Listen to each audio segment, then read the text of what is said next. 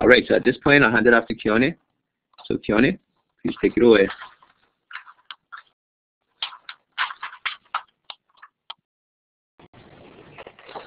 Aloha, everybody. Thank you guys for attending our webinar. And, you know, one of the things that often is asked of us is whether or not we have sample applications, or if we have any ways of helping you guys see what ANA accepts or what is an ANA funded grant. And oftentimes we can't do that because that is part of the property of the organizations that have received the grant awards. One of the things that you need to understand is that when you start looking at writing your grant, we all do it from our own experience. We all do it from what we've seen before, what we've been told, what we've been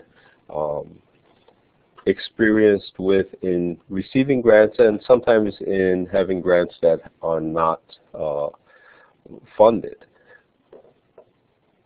That can be a really, really important step in you becoming a better grant writer.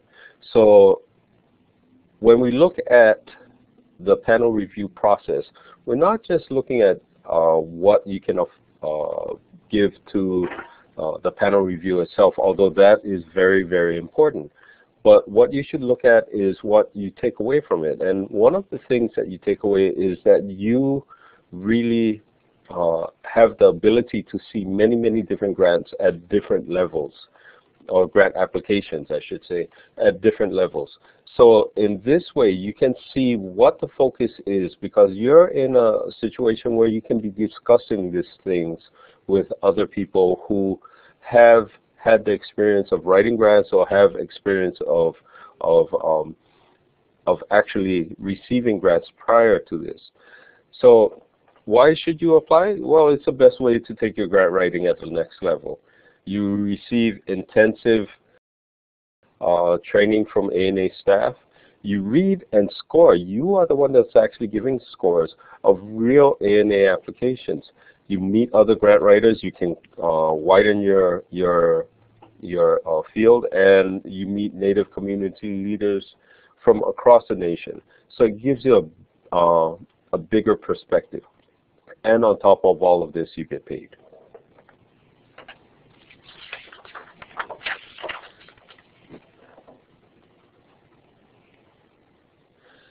Now, ANA is updating their application process, so the best way to apply to be a panel reviewer is to send an email to anareviewer@acf.hhs.gov to indicate your interest. Make sure that you add that email address to your friends list to make sure that that the reply doesn't go into your spam folder or get bounced back, and that has happened in the past.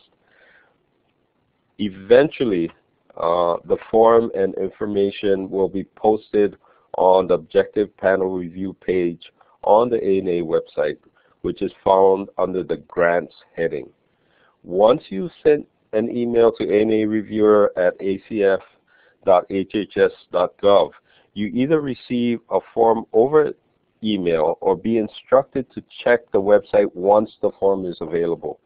Even if you applied before, you can apply again, and I would really actually tell you guys that you should apply again, because this is a new process, and you know, just to ensure that your name is in the pool, you should apply again. Just make sure that you can take the time off necessary. And we are looking at a process that maybe 2 weeks in doing the panel review. Of course, it'll allow you to put as much effort as you can into each application. because each application represents a project and a community that they feel has a need in that community. You're expected to put in full-time hours, and that's really important for you to understand. When we have on-site panel reviews, which we have had in the past, it's been, for those of you who have participated, you know how intensive it can get. Now, the virtual panel reviews are not as intensive per se, but it can be, and you should expect to put in the hours necessary. Again, realize that each of the applications that you read represents a project that fulfills a problem for a community, and deserves these, just as you would want reviewers to put their 100% effort into reviewing your application, you should do the same as a reviewer.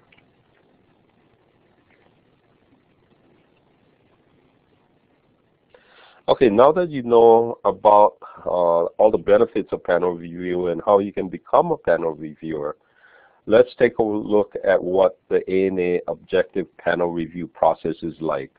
In each slide, we'll go over a stage in the paneling process. We'll also explain to you, as a grant writer and an ANA applicant or possible ANA applicant, how they can take what you know about that stage in the review process and use it to fine-tune your own grant writing strategies.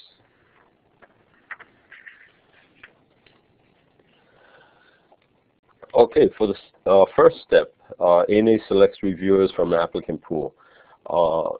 The ANA selection basis selects based on availability of time, diversity across the nation, and related subject area expertise. Again, they select the reviewers from an application pool. If you do not apply, you will never be selected.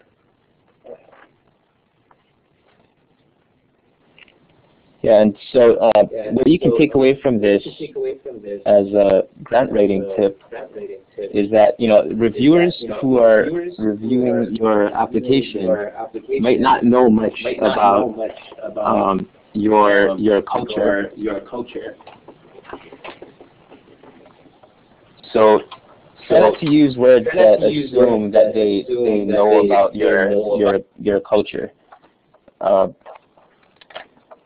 So these people are coming from across the nation, and you know they might not be familiar with the subtleties of your culture or the demographics of your area or anything like that. So it's always good to establish a baseline. Of course, you don't want to get too detailed with like a full-on history lesson, but don't assume that they necessarily know everything about your culture.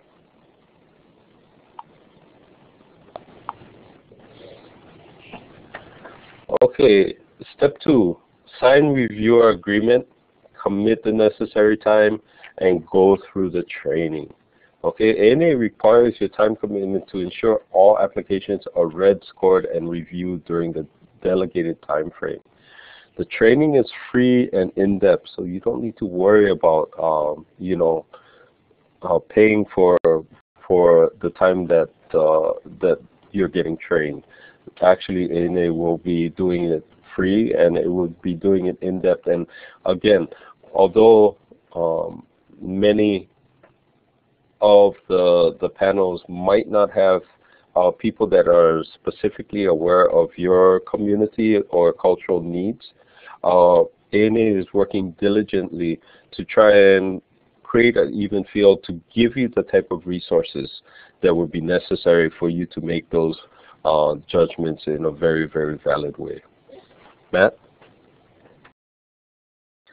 All right, so as a grant writer, what you can take away from this step being that, you know, reviewers are going to have to commit a certain amount of time to reading these stacks of applications, and you know, it's a really in-depth look that they're taking at your application.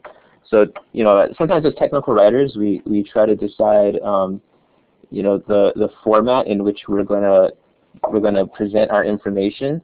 So there's definitely a difference, a subtle difference in how you write an application if you know that someone is just kind of quick skim reading, or if you know that someone is putting in the time.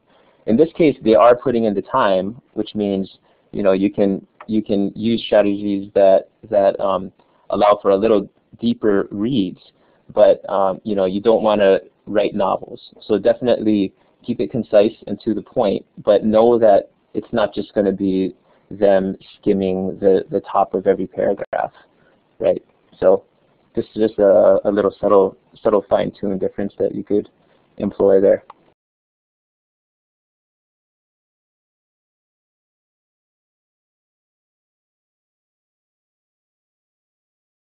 Okay, now the third step is when ANA creates paneling groups and assign roles.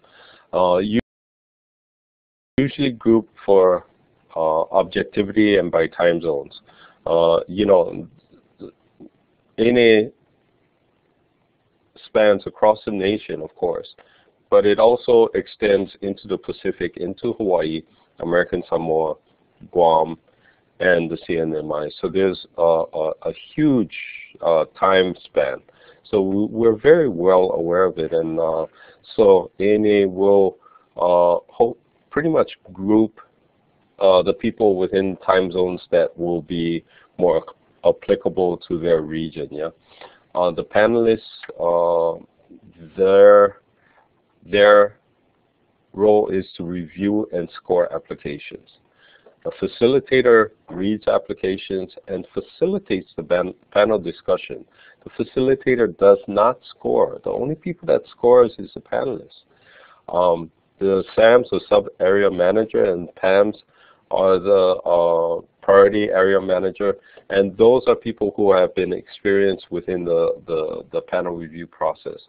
All of these roles will be further delineated within the training, and so you should be aware of these roles and understand that, again, the only people that scores are the panelists. The facilitator does not, the SAMs or the PAMs do not score. Matt? All right, so as a grant writer, we can recognize that there are multiple people who are going to be looking at your application, and it's going to be passed up, the chain as you work your way up to funding. So, if you do well, then you'll be passed up to the next level and the next level. And so what I have written down here in the grant writing tip is to avoid the telephone game trap. And if you've ever played, the childhood game telephone, where you pass a secret on to the next person, and then they pass that password on to the next person. And by the end of the chain, the message that comes out at the end is totally different than what you started with. So try to use phrases, concepts, and words that can kind of be passed on, that one person's interpretation is probably not going to be much different than someone else. And so if you can craft phrases and terms that have sticking power, that kind of stay in someone's head, that make them remember your application, and then that's a lot easier for them to pass up the ladder. Or when they are in their groups and discussing it, that the same kind of little sticky phrases will be put on the table as they discuss them. And of course, make those phrases positive, right, for your project. Okay, the fourth step is individual reviewers read and score the applications. There's 5 to 8 applications each for the most part.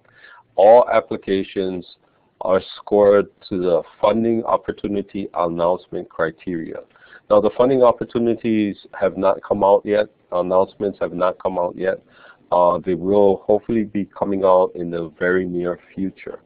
And so all the applications are scored to that criteria.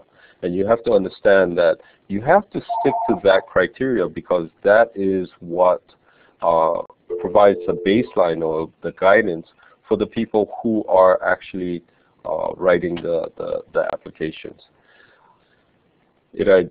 When you read and score an application, it identifies strengths and weaknesses for each criteria. It also involves deep reading, critical thinking, and comments. And you have to, the hardest part of this step is looking at what you can give honestly as a score that would be something that that application deserves. One of the hardest things is that we, as community members, each know that there are communities that are in need of programs. There are communities that have tremendous needs. We have to understand also that if we give the funding to this application when they do not deserve the funding, that community might not get funding anymore. And so you have to understand that we understand that each community has specific needs. But is that the right organization, or is that the right way for that project to be successful within that community? And be very honest about that, because sometimes those are the things that pull at our heartstrings, and those are the things that are hardest things to score and to write, because we know the need in the community. Matt? Yeah, Keone's totally right. So the way that the panel review stays objective and tries to cut out just like that that urge to try and just award everyone because all the grants are pulling at your heartstrings so strongly, all the applications are pulling at your heartstrings so strongly, is to judge based on the criteria that's set forth in the FOA. And so as a grant writer, you want to write to the current FOA. I think we can't stress that point enough. So if you look in the funding opportunity announcements when they do come out, you'll see the full breakdown of the scoring criteria for your application. And so that's what you want to write to. And in order to make sure that your application is lining up with that criteria, you want to focus on constructing clear, logical connections to each criterion. And so this is like the project integration idea of your application, in that you want to create logical links between whatever argument you're trying to make, whatever case you're trying to present, between that and the criterion on which it should be scored, and then to show how that criterion connects to the other pieces that rely on that logically. So just make everything clear, and logical.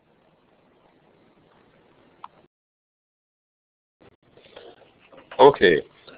Prior to this, if you are selected as being a panelist, a reviewer, you're doing all of this on your own without meeting with anyone.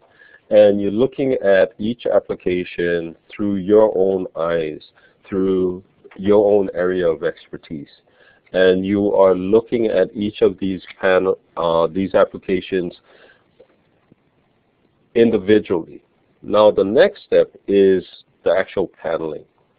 Now this is when you discuss as a group with a facilitator those things that you've observed in your own reading. The reviewers, each individual reviewer, justify their scores and discuss. So prior to this, you're reading the application and you're giving it a score based on the FOAs, the guidelines within the FOAs. And then you come together for the first time and you start talking about that application. And you'll see that people have various degrees of interpretation of what the application says, and everyone does it from their own area of expertise. So I think that it's really, really important for you to understand this process. The facilitator guides the conversation. The reviewers justify the scores and discuss. You guys discuss it within your own group, yeah? And the facilitator guides this conversation and aligns it with the criteria set within the FOAs. If there needs to be clarification, then the facilitator asks questions for clarification. The group comes to consensus, generates summary comments, and the documents necessary, the summary comment documents. Each of these comments are focused in on justifying the score that you have given. And that is really, really important, because we want we really want the applicant to know where their strengths and weaknesses are. And you're the ones that are going to be telling them that. And this is a very, very important step in this whole paneling review process. Matt? Yeah, and so you know what Tony was saying about the diversity of individuals, like that's a really key point. I mean, everyone is looking at your application from their own eyes, you know, through their own experiences, through their own expertise, through the eyes of their own culture. And so, you know, each word that you choose, as literal as you try to make it, will have a slightly different connotation depending on each individual. And you know, that's why we review these things as groups, because you know it's more likely that you'll have you know, with the diversity of opinions, it's more likely that they'll come to a consensus that's an average, right in the middle. But you know, ambiguous words could also have negative connotations depending on the individual. So, you know, when you're choosing words, and, you know, this is really kind of a subtle fine-tuning kind of thing, but when you're choosing words, try to make sure that, you know, try to think about whether or not those words could have an unintended or negative connotation. Because, you know, if it's, you know, every word has a synonym, so why not choose a word that doesn't have that connotation? So even if you feel like the word you're choosing in this sentence is like the perfect word to explain what you're doing, or say like, you know, this word takes the place of 3 words, so you know it's more concise. That's normally that's a good approach, but in this case, you know, if that word also has some type of negative connotation, it might not be worth those benefits to choose that word versus something that might not have that type of negative connotation and spark unnecessary debate in a panel. Because sometimes, you know, they can get caught up on the connotations of a word and start losing track of the actual case or argument that you're trying to make. So, you know, even if it takes using 3 simple words instead of 1 concise and perfect word, it might be worth it if you think about it this way. Okay, after all of that, the final step is all of these scores are compiled and agreed upon within each panel, and then it is submitted to ANA. And ANA conducts internal reviews of the top scores, and the final decision is made by the commissioner. And so it's really important to understand that each of your scores are looked at as a very important, integral part to this process. So all of you as individuals, as panel reviewers, will have to understand that you have a lot of responsibility within that whole process, because this is what we are submitting to ANA as our suggestions as to what would be successful projects for these communities. So it's really, really important that you understand how important your role is. Matt? Right. So, and this grant writing tip is not really specific to this step per se, although it does apply to this stage. But really, you want to make sure that you dot your I's and cross all your T's, and don't let a little technical compliance issue jeopardize your chances at funding. So you know, make sure that you have all of the documents that you need to have. Make sure that, you know, all of the checklist items that are listed in your funding opportunity announcement are included in your application, and that you're as compliant as possible, right? So that you could be, you know, that'll be looked at when you first send in your application before it even goes to panel, and then in the later stages if you do make it past the scoring stage. So just make sure that you have everything checked out, and that's always a good thing to do.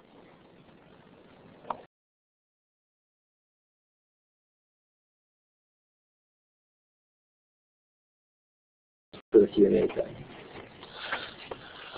Okay, the last step, pretty much, is the scores and comments are finalized, awards negotiated, and the letters mailed out.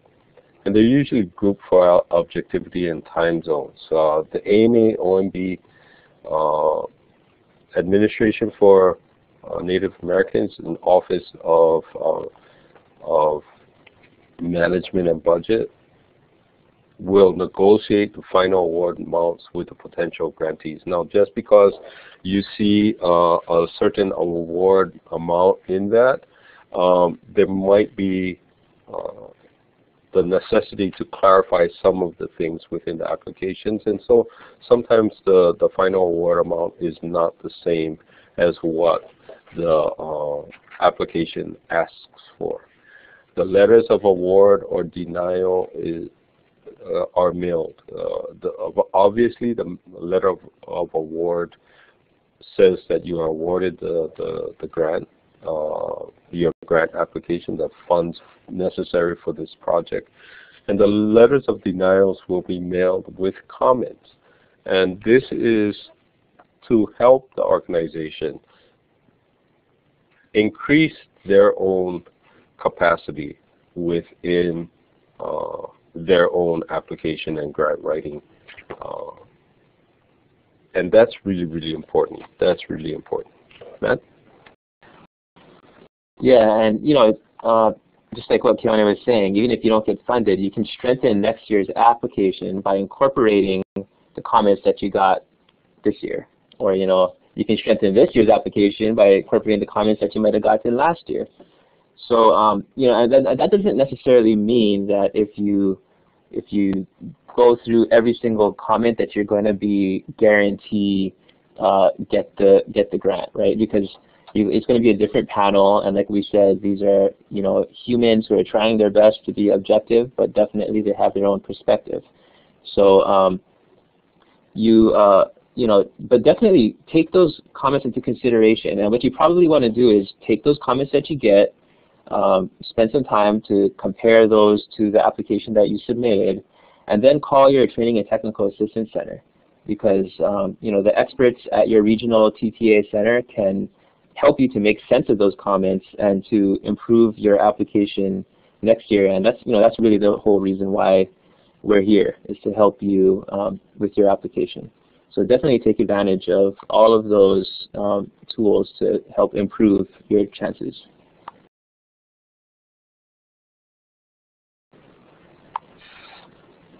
So, and yeah, thank you to the ANA room who's standing by. You know, they just had a quick comment about the acronym. ANA and the Office of Grants Management negotiate the final awards with potential grantees. So thank you, ANA, for that clarification. And so, you know, as we sum up with this whole inside look at ANA panel review, there are some, you know, grant writing takeaways that you know, you can take from each stage. So definitely, and you know, this is probably the main point, you want to write to the criteria in the FOA and show logically how the point that you're making connects to the criterion in the FOA that it goes into. Use clear, unambiguous language. You know, avoid jargon overload. I mean, try not to use a lot of technical words. You know, even if you do define a technical word up front, just having too many technical jargon type words in a single sentence or paragraph can make it kind of difficult to read. So, simple language always works best, I think. And clearly define those logical links to the FOA, but also between the parts of your application. So you want to connect that problem to the goal, to the objectives, to your project plan. So definitely link back, and even if that means once in a while putting in kind of a duplicative sentence, or maybe a sentence that summarizes the paragraph or platform of your argument that came before the section you're in, then that'll kind of help to connect it. So sometimes that might seem kind of redundant, but just a small little summary sentence of what you read before will kind of help to connect the argument you're making next to what you presented before. You got to remember, a lot of these reviewers are reading hundreds of pages of applications, and you in order to kind of make yours stand out from that stack, you want to entice, engage, and inspire people. So as much as possible, use language that will engage people and make them choose words that will kind of help them to remember your application and to be excited about it when they come to the group panel part, right? So like the best case would be if a reviewer is reading your application on their own and they just can't wait to talk about it with the rest of their panelists because they love it so much, or it was just so inspiring to them. That's the sweet spot where you want to be. If everyone comes together in panel and they're just talking about how inspirational and how great your project is, you probably have a little leg up. And then and the best grant writing tip that we can give anyone, and this even applies to people who want to apply for grants outside of ANA, is to become a panel reviewer, because it definitely will make you a better grant writer. It's like going to an intensive grant writing workshop, but it's free. So definitely take advantage of that. And because, as you all know, ANA is one of the most difficult grant applications to write, being able to master an ANA the ANA grant subtleties will definitely give you a leg up on any other type of grant that you're going to apply for. So definitely want to take advantage of that. And so in the next section now, we're going to go into our Q&A session. We do have ANA staff standing by in DC, ready to answer your questions if Keone can't answer them himself. And in order to ask a question, you're going to click on the raise hand button in the participants box. And you can see a picture of that on the screen now. So you're going to click on that hand, and a number will appear next to your name, and we'll answer questions in the order that they were received. So at this time, if you have any questions, feel free to raise your hand. And you can either ask that question once called upon by typing into the chat box, or clicking on the talk button and speaking through your computer's microphone. So at this time, I'm going to hand it off to Keone, and I see we have our first question from Leslie.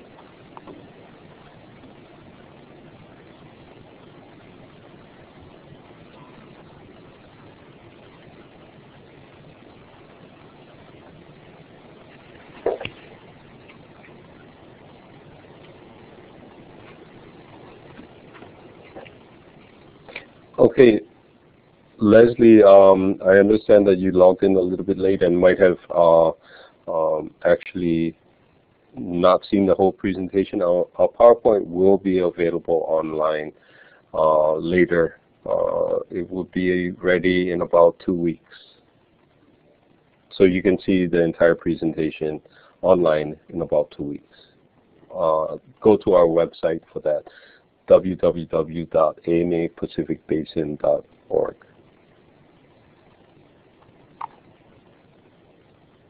Okay, we have a question from Jilla.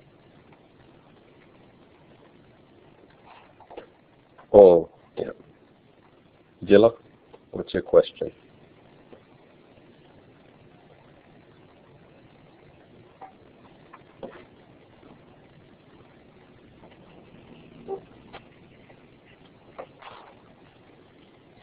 Jilla is typing in her question now.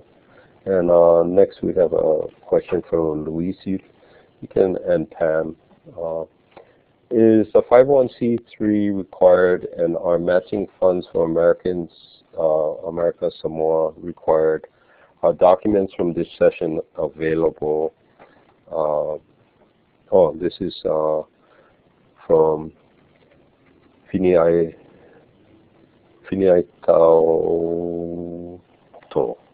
Okay.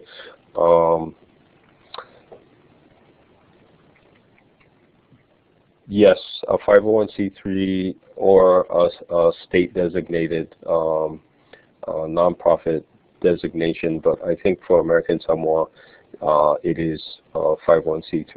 You will be required.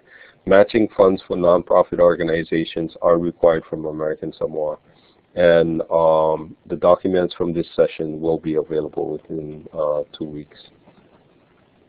And Jilla, is there some data on how many times a grantee is applying for the same grant? What percentage of applications get funded with the first submission?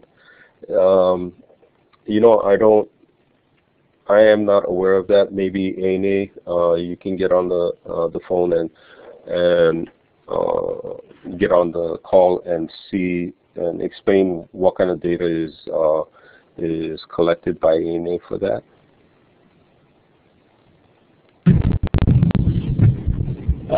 Yeah, hi Joe. This is Richard here at ANA. Thanks for the question. And an excellent question. And what I can tell you right now is, you know, in the last year and last couple of years, the percentage of total applications that get funded, it depends on the program area. I think, I don't have it directly in front of me, but so these are a bit of estimations, but you can also go on our website to kind of get some breakdown from other years too. But it's usually about 20% for SEDS applications of all that we get submitted go on to get actual funded.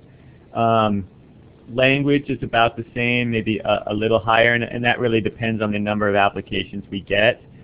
Specifically down to the level of how many first times applications get funded to first submission, we can definitely look at that, and I think that's a great question for us to look at it, but I don't have exactly the results of that right off the top of my head.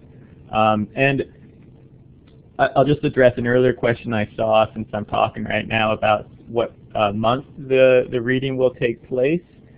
We haven't determined that yet. You know, and the FOA is not out yet, so there is a process of after the FOA is out, and then it's, you know, out for a certain amount of time, and the exact amount of time will be in the funding opportunity announcement, and then we have to take some time to process them and the reviews after that. So last year, for example, our review was, I think, in June. Other years we've had it earlier in April or May, so that can kind of give you some idea, but about usually ways. And we have to make the awards by the end of September and August 1st for language awards. So spring, summer is generally historically when we've had the reviews. Thanks. Thanks, Rich, for that. Pamela Iron, do you know the month that the reading will take place? We're shooting for the end of April, beginning of May, but that's a tentative date at this point. So it is really important that you keep aware of all of, if you apply and all of that, then you'll be made aware of all of that. Okay, just to give a little bit more clarification on the last question by Fini, the American Samoa government only can request a waiver for the match. So if you're affiliated with the American Samoa government, you can request a waiver for match. And also a nonprofit recognized by the government of American Samoa is eligible, like I said before, if you have state recognition. But I'm not sure how that is in American Samoa right now. Okay, Luis, does ANA have a process in place for appealing the score received our community had an issue with comments where a reviewer utilized information outside a grant application,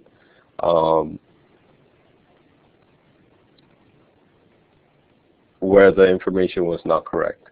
ANA, again, this is a question for you guys, but this also reverts to a question that was asked earlier. Can you look for outside sources for additional information? And in all honesty, you have to review the application in front of you, and you shouldn't be looking for other sources of information, because it could be just like how this gentleman said, that information might not be accurate. So you have to judge each application for the application's merit on its own, and do not, unless it's questions for clarification, like if you have some questions about the cultural viability of this or something like that, then that type of thing that can be looked at as a clarifying question. But if you are looking for your own information about the organization or something like that, I would really tell you that is not allowed, really. So, Ana, can you talk about the appeal process? Yeah, sure. Yeah, and thank you so much for the question. I think there's a few different steps. One is if you haven't already, to let us know specifically about the situation, and there's a few different ways you can do that. You can either send an email at anacomments@acf.hhs.gov, and I'll put that in the chat box as well, or you can call the help desk at 877-922-9262, and I'll put that in the chat box as well, and kind of outline that you want to talk to us specifically about it, so we can understand the situation. And once you do that, we can also let you know some actually formal, specific steps that you're able to go through, next steps through any kind of appealing process. But there is a specific process in place to appeal that. But I think the first step is giving us a call or sending us an email, so we can talk more about it specifically, and also give you the specific details on the next steps. Hope that answers the question. You're typing as well, but we'll get back to that. All right, thanks. Yeah, and just as a follow-up, Luis, you stated that our community sent ANA a letter regarding this, but have not received a response, as far as you're aware of. I would really follow up with ANA on that, and as Rich said, just give them a call. It's all above table. There's nothing that is meant to be secretive or anything like that. Yeah. Okay, Gila, will there be any seeds grants this year? I can say from our meetings that it is planned, and we are not sure when the FOAs will be out for the seeds applications, but it is within the plan this year to include seeds. Yeah. Okay. We have a question from Kahi Brooks Richards. You want to type that in, or you want to go over?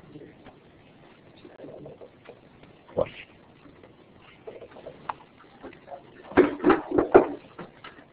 Hey, Kahi, we see your question.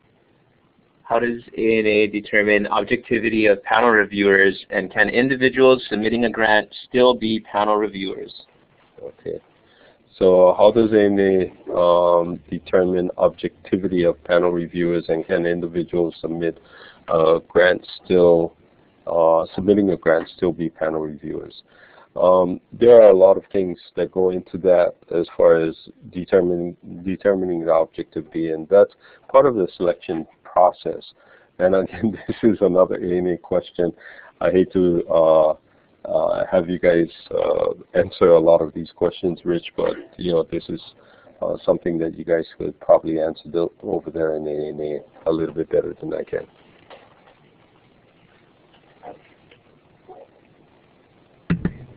Yeah, hi, this is Rich again.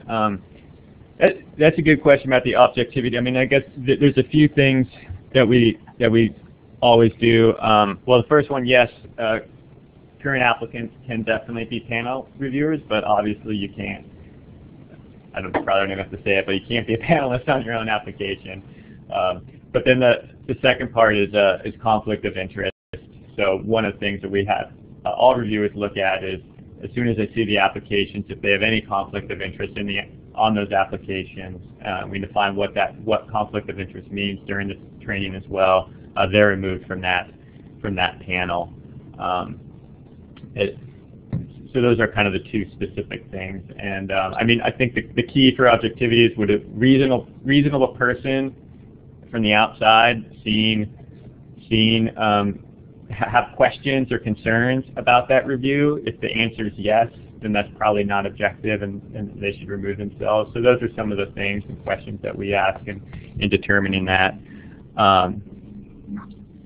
And also, the other element we do is, you can't be a reviewer in the competition that your application is submitted in. So what that means, if you've submitted a language application, you won't be a reviewer in the language review. You could be a reviewer in our SEDS, or Social and Economic Development Strategy one, but not in the language. So those are kind of the three things that we do as well. Thanks. Okay, thank you for your questions.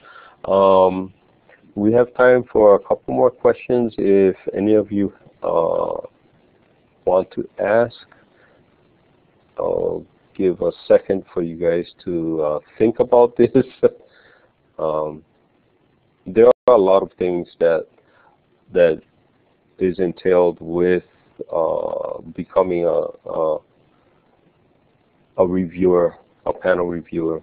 And if you have not done it before, then please consider doing it, because, or at least putting it in your application, because ANA is always looking for good reviewers that can be objective. I think objectivity is very, very important, and ANA is always looking for good reviewers that can be objective. We have a question from Linda. Is there a reviewer application online, or do they send it to you? Again, there is a process, and the process is sort of changing a little bit now. So the best way to become a reviewer, and we'll recap this a little bit in a second, is to actually go in and make your interest, make ANA aware of your interest. If you look at a previous slide, they're applying. ANA is updating their application process. So just send an email to anareviewer@acf.hhs.gov to indicate your interest, and we'll give that email again at the last slide. Yeah. So, oh yeah, you got it over there in the box. Okay. So yeah, there is a question by Fini. Do we go through grants.gov? Yes, you can go through grants.gov. If you have problems with internet connectivity, then there is a process where you can apply for a waiver, and you can send in a handwritten, or when I say handwritten, it's pretty much you know, through your own computer, but a paper application, and there is a process with that, and that will be detailed within the upcoming funding opportunity announcement. Jilla had a question: is SEEDS announcement different than SEDS? Yes, it is, and language. Can the same institution apply for both SEDS and SEEDS? You know, technically you can, but if you were to get it in, you would probably, the SEDS one would come out first. And so if you are in the running for SEDS and you are given an award for SEDS, then you cannot take the SEEDS application. You cannot take the SEEDS award, because the SEEDS award and SEDS award comes from the same CFDA number. It's the same pot in which the money is generated from. And so technically you can. I would really, really suggest that within your application, see which one that project fits better with and apply for that. And is there any clarification from ANA on that? Rich and the gang? Yeah, hi, thanks Keone, and yeah, so yeah, Keone, you're exactly right. In the past and in last year's FOA, it does say that SEDS and SEEDS, you can really only have one active grant in each program area, so only one language grant, one SEDS or SEEDS, and SEEDS is the special initiative under SEDS.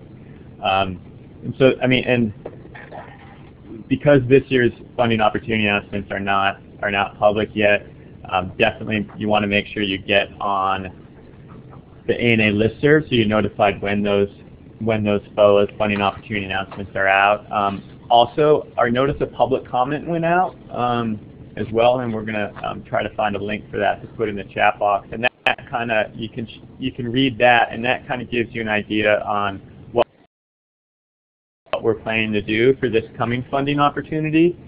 And it details, yes, we're going to be doing the SEEDS, and kind of a broad overview on what some of the evaluation criteria will look like and other information. So kind of it's a preview a bit of at least what we're thinking about for the FOAs. And the comment period's closed, but that does kind of give you an idea on what we're thinking about.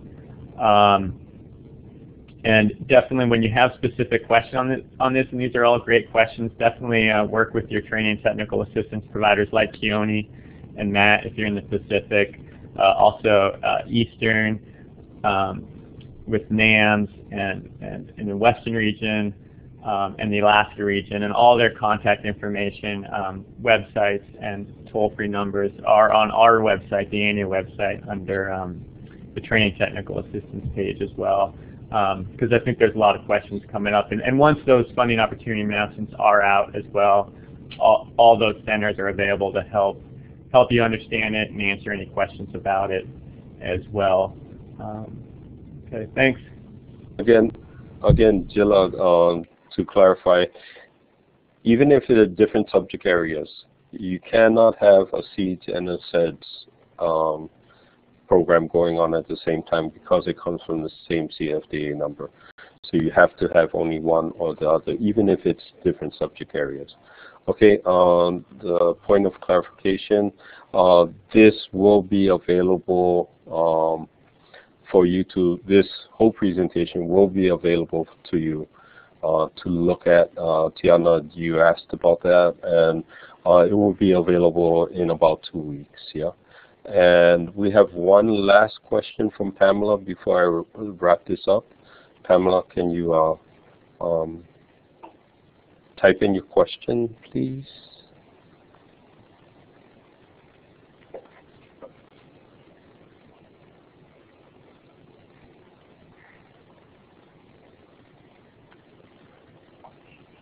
As you're typing in the question, Pamela, I just want to acknowledge ANA for sitting in this webinar, because I think it's really important. Everyone has a real solid community interest in this, including ANA, and so it's really important that they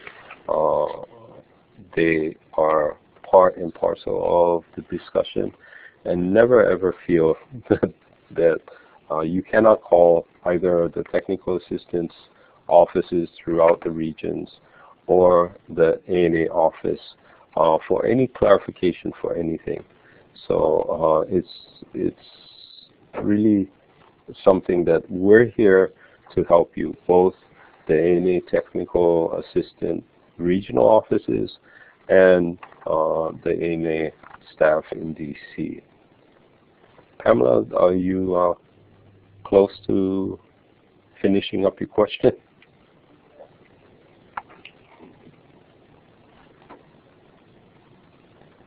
We'll wait for a little while more. And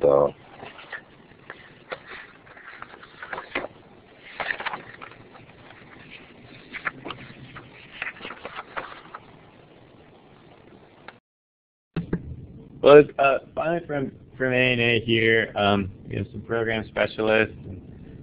I work closely with our training technical assistance providers. Just want to thank you all for attending. And yeah, I mean, your role as reviewers, like Keone and Matt were saying, is so important. It's really you're the first eyes on these applications, and providing the scores that kind of determine what we look at as final funding considerations. So it's so important. And really, if you haven't already, please sign up to be a reviewer. If you've done it in the past, double check and make sure that your information is updated, and make sure you email and the ANA reviewer at acf.hhs.gov if you just want to check to make sure everything's okay. And also, if you're not already on the ANA listserv, which you can sign up for on our homepage, please do that, because that's the best way to keep up to date on what we're up to and when the funding opportunity announcements will be published and when the panel review will be confirmed on the final date. So just thanks again for taking your time this last hour and listening to us, and hopefully if you're going to be and hopefully applying to become a panelist. Thanks. Thank you, Rich. Thanks for that. We really have to start closing down our presentation. If you have any further questions, please feel free to email your questions to us or give a call to our office. We just want to review some of the things. One of the things that I think is real important is that we give you enough to prepare to apply to be a reviewer. And our webinar goal was to recruit prepared, qualified, and positive ANA objective panel reviewers, and to give grant applications a behind-the-scenes look at how their applications will be scored. And hopefully we've done some of that at least. And I'm sure within the entire hour we cannot go through every single nuance, but hopefully this gives you a very, very good idea about that.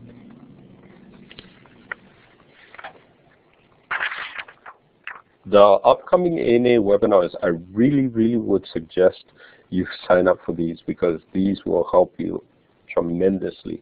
The next one is February 6th, crafting a problem statement, which is essential, yeah, for you guys to start off on your application process.